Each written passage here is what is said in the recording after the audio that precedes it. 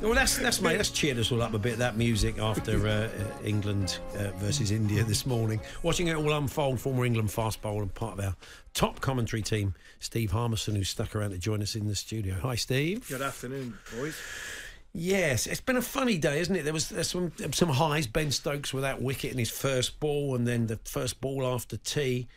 And you're starting to think, well, here we go, little flurries of wickets. But I suppose overall, how do you reflect on the day? Another difficult day for England. As a cricket fan, you were marvelling what was on show. Rohit Sharma batted beautifully. Shubman Gill batted beautifully. I didn't think England bowled badly. I thought the wicket was a good wicket. Didn't spin. It'll spin for Jadeja, Ashwin and Kuldeep. There's no doubt about that. But our spinners are on a different level and they're just learning. I thought, all in all, India batted really, really well. Didn't give England too many chances. Didn't really give them much of a sniff. Rohit Sharma never got out of second gear. He faced Mark Wood bowling 150 kilometres an hour, and you would have thought Paul Collingwood at 120 mile an hour was bowling at him at time because he's just played it with so much ease. It was a good day of Test match cricket to commentate on because there was quite a few things happening, but I'm just pleased this is happening in the fifth Test match and not in the first Test match because then you would have been looking at, wow, this is going to be tough for England. England have been in 4 Test matches and they've had a chance in 4 Test matches because of their mentality and the way they've played and all the goodwill that they built up over them 4 Test matches.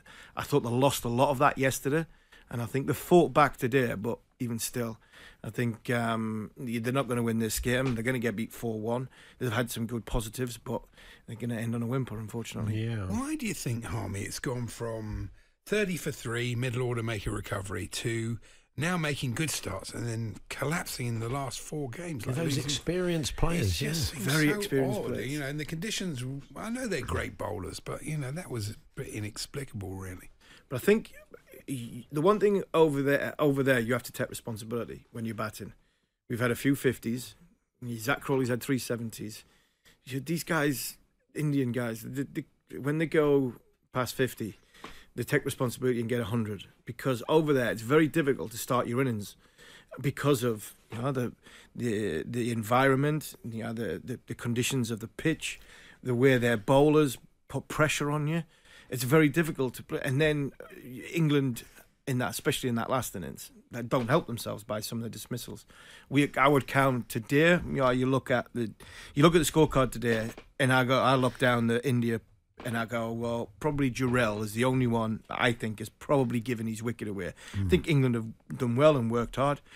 I reckon if you scroll the scorecard down, there's 7 or 8 of England players can look at themselves and go, I could have done better. I could have given my wicket. I give my wicket away. And the minute you do it once, then all of a sudden the pressure comes on. So I think it's not only as England's Bazball mentality, I think, being a good and a positive for them. I just think sometimes when it's tough, it's easy to say, oh, well, that's just the way we play. For me, that's not good enough. Yeah. I mean, Pope's had a funny series. Brilliant innings in the first game and then nothing, basically. And I didn't see yesterday, but I read about it, and it looked like a pretty poor dismissal. I thought he got run out. I honestly thought... And I made a joke, and I said, at the point of Jurel taking the stumps, if I'd bowled... I was sitting next to Alex Tudor, and I said to Tudor, if me and you bowled a ball and landed in a position where Ollie Pope got to when Jurel took the bails off, the batter would have been playing us off the back foot. I mean, it was that shot. He was that far down. Yeah. He was miles out of his crease. He was so far down. And just scrambled brains, muddled thinking, trying to be proactive. Just before lunch as and all of a sudden, just before lunch, we're sitting 100 for 1 at lunch going, wow, what a toss this is to win. It's flat. England have got a great chance of getting 400 in a day here. And within 35 overs, England will run out. Yeah, I mean, positive for Stokes. He took a wicket and we've really missed his bowling, but he's, again, with this bat, it's not been a great series, has it? No, he was one of the ones yesterday I thought India got out. I thought Joe was a good bit of bowling, Joe Roots was a good bit of bowling, good setup player. He'd still be disappointed that he got his pad in the way and didn't get anything on it from a bat point of view. I thought Stokes got an absolute ripper of the ball before, which turned and went from Kuldeep, and it turned away from Stokes and it really jagged square. Then the next ball jagged back, and there was a massive difference between point of contact. That's quite different. Ball, yeah, it was a good ball. So he had 2 that ran along the ground in the last game. So if there has been he can turn around and say, well, I've had some good ones, or I've had a little bit of lady luck not gone my way, but still he'd be disappointed with his return.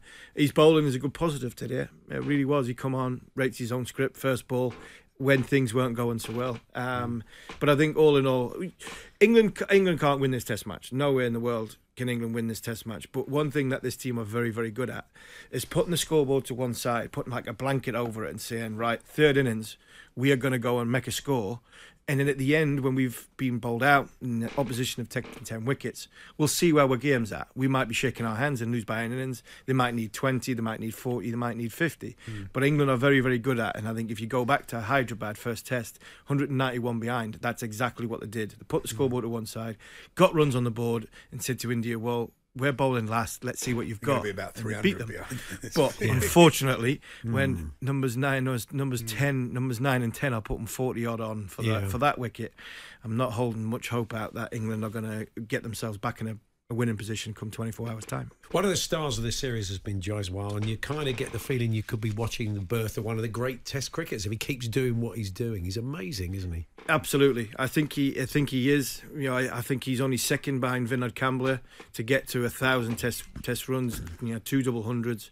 He is an exciting talent. I know the thing with Vinod Kambli, he had a very superstar lifestyle, shall we say, and that curtailed his career. I don't see that happening with Jaiswal. You never know about Indian talent until they go and play in Australia and England. Ball moves and the ball bounces. Mark Wood caused them a few issues a couple of times, but I think we've got a superstar of the future. I think Jarrell's going to be a good player for them as well going forward. And you look at this team, you add Virat Kohli and KL Rahul to it. This team they're here for a long time to come, and they've got some exciting talent. Yeah, I bumped into our Australian boss and the way he was saying he can't wait for India. They go to Australia next, and that's going to be a great series. You look at the side 1 to 11. You add Mohammad Shami, who's going to strengthen the bowl and probably take possibly the place of R. Ashwin, and then you add KL Rahul instead of Sarfraz, and as much as Padital batted really well, Virat Kohli comes back at number 4. That is a stellar team going to India, and I think they can compete as well.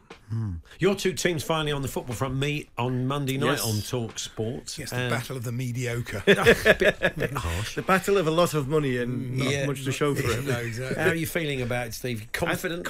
I'm confident that we can. I'm more confident that we can come to London and get something there than I was a fortnight ago when we got battered off Arsenal. Oh, what a surprise! I think it'll be a draw. Actually. I think it'll be entertaining. I think there'll be a few goals in it. I don't think either side could do with a draw. I think both teams need to win that game. It'll just be interesting to see how Newcastle set up. They've got players back fit now, and then they've got the big tie at Man City the week after, which, to be fair, Eddie Howe never really looks too far ahead. It's the next game with Eddie, which is a good thing for Newcastle fans. I think they'll come down to the capital and fancy their chances. We've got our usual 8 to 10 out for every game. Yeah, we've had that, but fortunately we are getting 8 back. But if we want to rant and we want to rave, this is another trip to London, and I'm always on the fan side.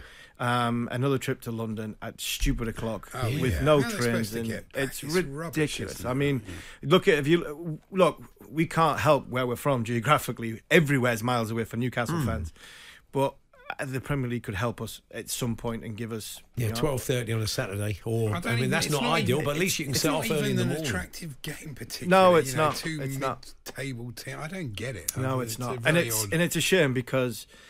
The money in the north. There's not a great deal of money in the northeast, and these are die-hard Newcastle fans who are paying a lot of money to come. Not a great deal of money at Stamford Bridge now. So that's because they've spent it all. They've spent it all, but an affluent area, it's not in the northeast, and these guys are coming down and spending their money. And for me, I feel sorry for them because you're right. They will be down. They will support in their numbers, whatever the result is. Newcastle players are very good at supporting back and giving back to the supporters, and they appreciate that. You can see by the way of the reaction, but to be kicked and kicked and kicked so many times by the way the fixture schedule's gone is not fair for me.